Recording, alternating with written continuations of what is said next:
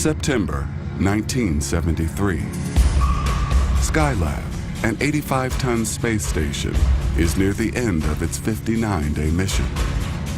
Owen Garriott, Jack Loosma, and Alan Bean are studying the effects of long-term space travel on the human body. We did a lot of physical examinations of ourselves to see what was happening to our body as each day passed. On September 20th, pilot Jack Loosma spots something. A bright red flashing light traveling across the sky. Alan Bean records the encounter in his mission diary. It says here, out the wardroom window, we saw a bright red light with a bright, dim period of 10 seconds. It got brighter and drifted along with us for 20 minutes or more.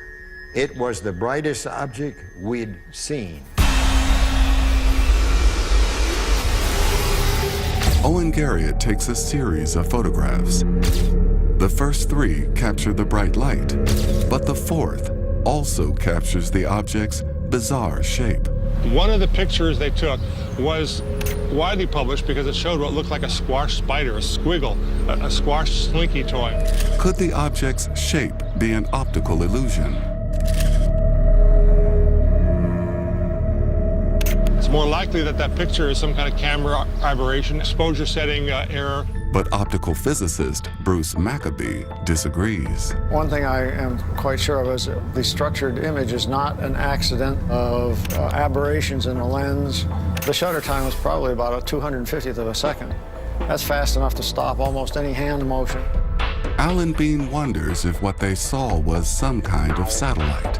This was the brightest object we'd seen, and it was tumbling, so it was flashing.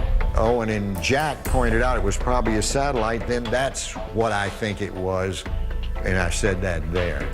But Oberg is not convinced. No satellites are dominantly red, and you will probably never see a red-looking satellite going by overhead. During the encounter, astronaut Owen Garriott timed how long it took the object to fall into the Earth's shadow compared with Skylab. Bruce Maccabee uses this information and the photograph to gauge the object's size. You come up with something that's a couple hundred meters in size, much larger than anything that was in orbit, much larger even than the Skylab itself, which was the biggest thing in orbit at the time. The exact nature of the bright red object seen by the astronauts on Skylab 3 remains a mystery.